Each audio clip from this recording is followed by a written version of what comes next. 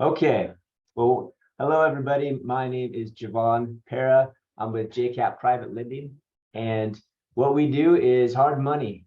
And my hope for you is that I can give access to you deals that you can get paid on that you maybe would have just passed on because of whatever criteria you usually use. And so I'm going to run through my programs. If you have questions, you can always email me. Emailing is a great way to get a hold of me. JCAP, Javon at jcap.net, and just include the address. That's going to be the most important thing because I am primarily a asset lender, meaning I'm just going to be lending off the property. So basically, as a conventional lender, most of the time you are looking are you seeing my screen or just the Yeah, we see the screen.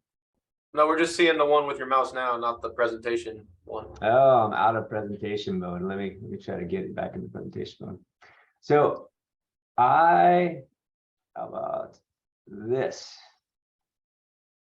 presentation? Do you see it now? Yep. It's kind of like your guide mode. I think it's the wrong screen. I don't think that's the screen you want either. Because that shows 2 slides instead of just 1, you know? Yeah, you're right. That's the presenter mode. Let's see. Here we go. How about this one? Yeah. That looks like you want it to look like. There you go. There you go. So primarily, as a conventional lender, you're looking to qualify the borrower and the property. We qualify just the property. I consider the borrower, but basically, if there's no FICO, if it's bad FICO, if there's no income, those are things that we can deal with and fund a loan very easily as long as the LTV is low. And by low, I mean, we're going to go up to 65% on a loan to value for cash out. We're going to go up to 70, maybe 75% on a purchase. And if the equity is not there still and they have other properties, we can cross other properties to be able to add in equity to do the deal. And we can cross as many properties as they want, as long as we like the properties. Or we can even do a deal because we like the borrower in an unconventional way. Like, we're doing this deal that no one would do just because it's an NBA player. And we're like, okay, well, we'll do it. You know, it's those kind of things. So you're going to be looking at 100,000. Actually, I've done deals as low as 30,000, but up to 5 million usually. My rates are going to be at 10 7/8 plus usually. None of my deals have prepayment penalties. You pay it off anytime. We are a short-term lender though, so we want to be quick, take advantage of the opportunity or solve the problem. You get paid on that short-term loan, and then we want to get paid off quick, which you would get paid because it's going to be your refi, hopefully, that pays us off. We usually need appraisals, but we have done no appraisals. We can still close them in a couple weeks, as little as a couple days. We've done it before if need be. No FICO is needed. We love California the best, and we're a nationwide lender, but we get more picky outside California. So SoCal, Utah, Colorado, coastal Florida are normal areas, but any high traffic area that has high value properties, it's nice areas, things that we would want to invest in as a company, then we'll consider. So one of the niches that we have is owner occupied deals, and this particular niche is only going to be California at the moment, but I'm working on a bunch of other states, probably within the month that'll be live. And so owner occupied deals, we'll do business purpose. We can do that anywhere, just about. So if it's a second, for example, and it's used for their business that they have, that we can show they have a business, then we can do that. One of the things we do in California is a true bridge, which is they're leaving this house and they're buying this house. We'll do one loan between both homes. And so they don't have to put money down on the house that they want to buy. And then they pay us down when they finally sell the house that they're departing. And then you would do the exit refi.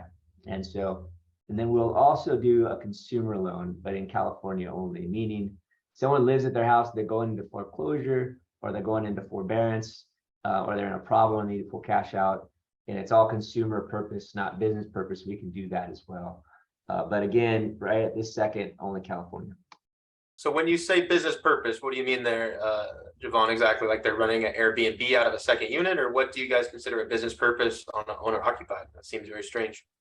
So a business, we would, I would need it to be a business. So they would need some kind of way of tracking that they actually have a business. And, that could be, they have a business account, a bank account, they set up with a DBA or better. They have a habit of Schedule C filing, right? They're doing the business, or they have a corporation, an LLC or something like that.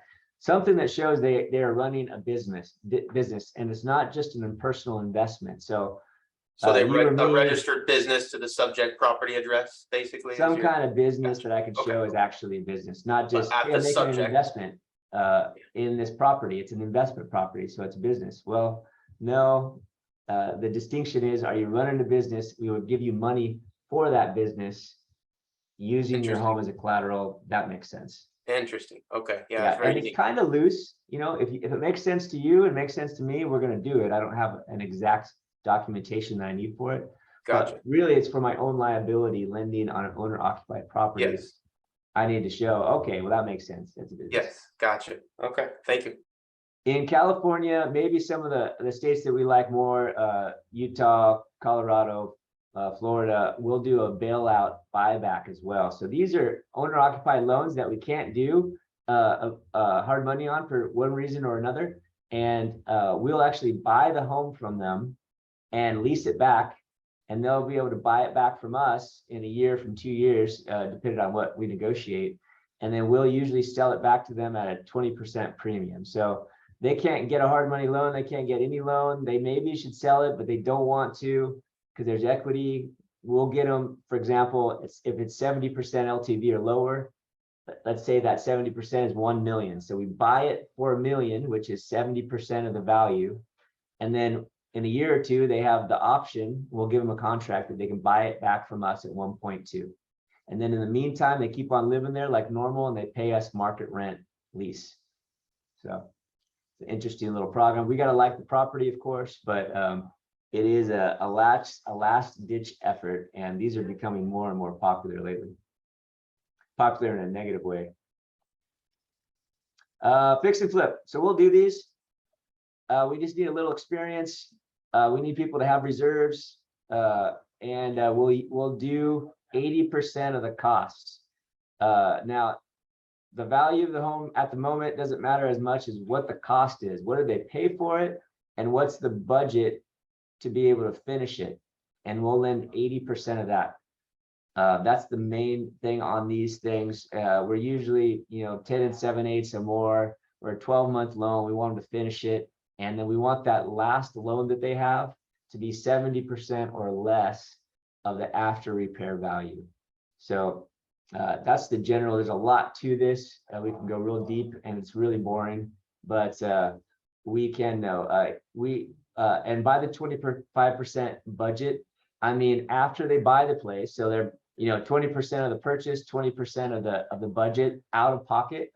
Now we've funded 80% of the budget. They funded 20%. Now 100% of the budget is funded.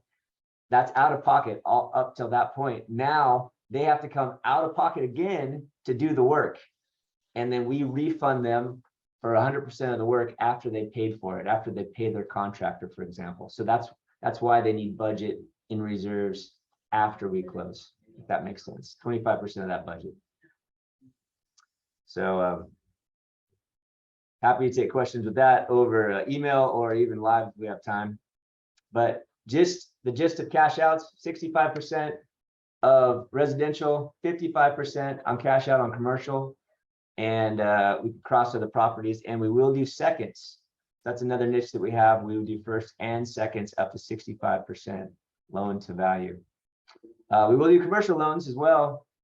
We like multifamily properties, five unit plus, light industrial. They got an office in the front, retail, and they're doing their fulfillment for selling their widgets in the back or something. Maybe a mid-sized retail center, $1 to $5 million loan. So it's not the small little rinky-dink ones, but it's probably mid-size. And then we'll do office buildings, but no heavy industrial, nothing auto, no cannabis, no special purpose, like a school or a church or a strip club, or no assisted livings, those kind of things. Purchase, rehab, construction. And by construction, maybe just rehab, like tenant improvement kind of stuff for a commercial loan. And that's it. Ta-da! So low loan to value. A really strong sponsor, like someone high net worth or a high profile person. 1 to 4 residential, non-owner occupied, owner occupied in California, and multifamily, another commercial, cash out, purchase, rehab. If you have a scenario, get me the address. That's the best way to start the thing, and then what you want. And that's it. Perfect. Yeah, so I think, like you said, the main thing is when you got something going on, shoot them an email, with the address. That sounds like the starting point, and then you can go from there. But as you said, it's private, right? So you guys, looks like you guys do a lot of stuff, and it's not such a, crazy with the guidelines. Sounds like you have a lot of room that you can work if the deal makes sense, right? That's right. We are our own fund, meaning it's our money. We can do what we want. And so I could tell you quick if we're going to do it or not do it. I mean, I usually tell you right away, sorry, we'll pass, or yeah, and then I'll have more questions. And you're like, I just wanted a yes or no. But if I ask more questions, that's a good sign. That means I'll think about it, and we can do it. One question I have for you guys we got a lot of people with little experience. What do you guys need for a sponsor if they want to get someone with more experience? Do they just need to be like 5%, 1%? What do you guys draw the line on the actual LLC when they're doing like the fix and flip or ground up? I will not require a personal guarantee for somebody that is 5% or less on an LLC. But do they still count as the experience though? Can we still count them as You can experience? still count them. Yeah, I'll still count Beautiful. them. I'll if it's a money partner or if it's an experienced partner, it depends on the deal. I mean, there's so many layers of what we can do and won't do, and the deal itself will determine what we can do. But I can take a limited partner for the experience, and then the profit is split however the sponsor wants with the people that they're having in there. So that's Gotcha. doable. Yeah, that's one of the most common questions we get, guys that want to do the flips but without the experience, and we just need the path to get them there. So that's appreciated. Yeah, and then sometimes if we like the deal, especially we're certainly favorable to California. Maybe we like the deal and they have no experience and we're doing it anyway. I just accepted a ground up construction in Sedona and they didn't have any experience. But beautiful. Okay. We like Sedona. We're like, okay. Worst case scenario, we get a property. We got a lot of contractors wanting to do their first self build. They have experience, but not in the sense that you want experience per se. So. We get a lot of them. Right. Yeah, on those, it's case by case. Sometimes we'll do it just because we like the area, but sometimes we'll, experience means it's your deal. You got paid. You're on the settlement statement, your name or your company's name that you can prove that you own, not that you were the contractor. Exactly. We just went over that in our last training. So thank you for saying that. All right. Well, if you guys got any questions, you got his info there, and we appreciate your time, sir. Yes, thank you, everybody.